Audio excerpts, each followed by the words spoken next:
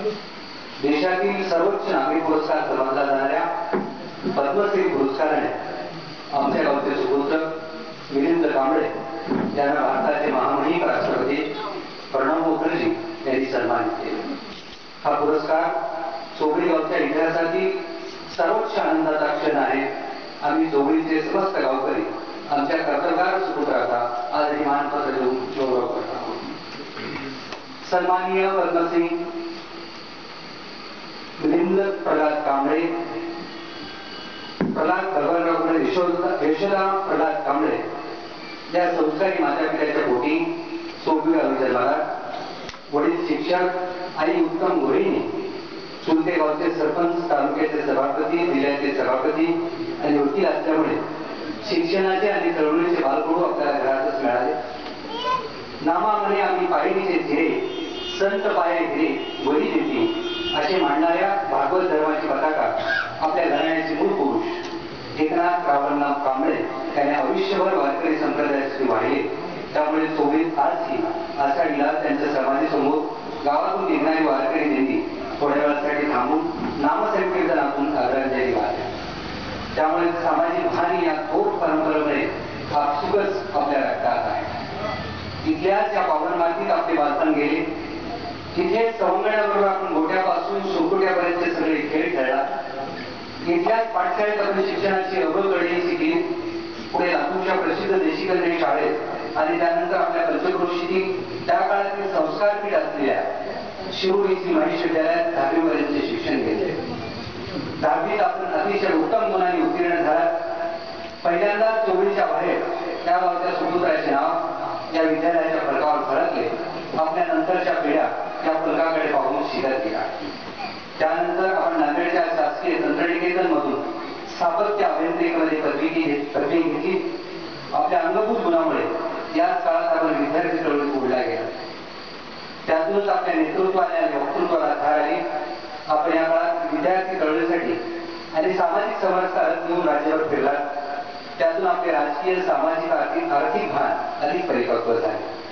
आपण बाहेर देशामध्ये दलितांच्या प्रश्नावर निबंध वाचतो, त्यांच्या समस्यावर प्रकाश टाकला। आपण राज्याच्याच नव्हे तर देशाची सांस्कृतिक राजधानी म्हणून समजला जाणाऱ्या पुण्यात स्थायिक झाला। या ठिकाणी आपल्या कर्तृत्वाला खऱ्या अर्थाने अधिक भरारी मिळाली। आपण बांधकाम व्यवसाय म्हणून निवडला। बऱ्याच संघर्षानंतर या व्यवसायात फिरावला। या ठिकाणीही आपण समाजकार्यात सक्रिय राहिला। त्यातूनच देशात पहिल्यांदाच आपण घटनेचे शिल्पकार महामानव डॉक्टर बाबासाहेब आंबेडकर यांच्या जीवनावर सर्वात मोठे संकेतस्थळ निर्माण केले। या कार्यामुळे आपली ओळख सर्वदूर झाली। आपल्या या सामाजिक कार्यामुळे पुणे महापालिकेत आपण स्वीकृत सदस्य झाला। आपल्या प्रगतीचा अनेक चढतच राहिला। यानंतर आपण जे पाऊल उचलले ते मात्र आपल्या जीवनातील परिवर्तनाचे सर्वात मोठे वळण ठरले। आपण देशातील दलित उद्योगांना एकत्र करून Indian Dalit Chamber of Commerce and इंडस्ट्रीजची स्थापना केली आणि देशभरात आपल्या कार्याचे कौतुक झाले। टाटा, गोदरेज अशा उद्योगांच्या धुरीणांनी पण आपली पाठ फुटून सहकार्याचा हात दिला। आज आपले कार्य देशाच्या कानाकोपऱ्यात पोहोचले आहे। आज आपला वेळ जमिनीवर कमी आहे आणि हवाई प्रवासातच जास्त जात आहे। देशातील मोठमोठ्या दैनिकांनी आणि वृत्तवाहिन्यांनी आपल्या कामाची दखल घेतली आहे।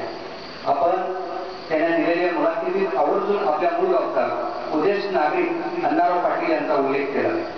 त्यामुळे आमचा ऊर भरून आला।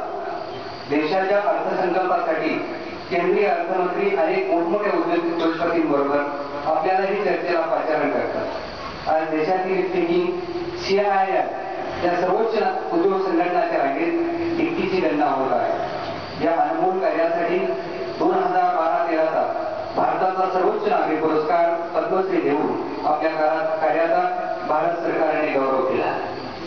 आपल्या गुणवत्तेमुळे आपण यशवंत कीर्तिवंत झालात। चोपडी गाव आपल्या वर्तमानात कामगिरीमुळे निश्चितच गौरवान्वित झाले आहे। आपले काम त्या गावासाठीच नव्हे, त्या जिल्ह्यासाठीच नव्हे तर संपूर्ण राज्यातील भावी पिढ्यासाठी दीपस्तंभाचे काम केले। खरोखरच आज या गावची माती धन्य झाली। एका सामान्य खेड्यातील एका सामान्य शिक्षकाचा मुलगा हिमालयाच्या उंचीचं यश स्वकर्तृत्वावर संपादन करतो। त्याला जम्मूपासून कन्याकुमारीपर्यंत आणि कच्छपासून गुवाहाटीपर्यंत पसरलेला हा महाकाय देश अलिंगन देताना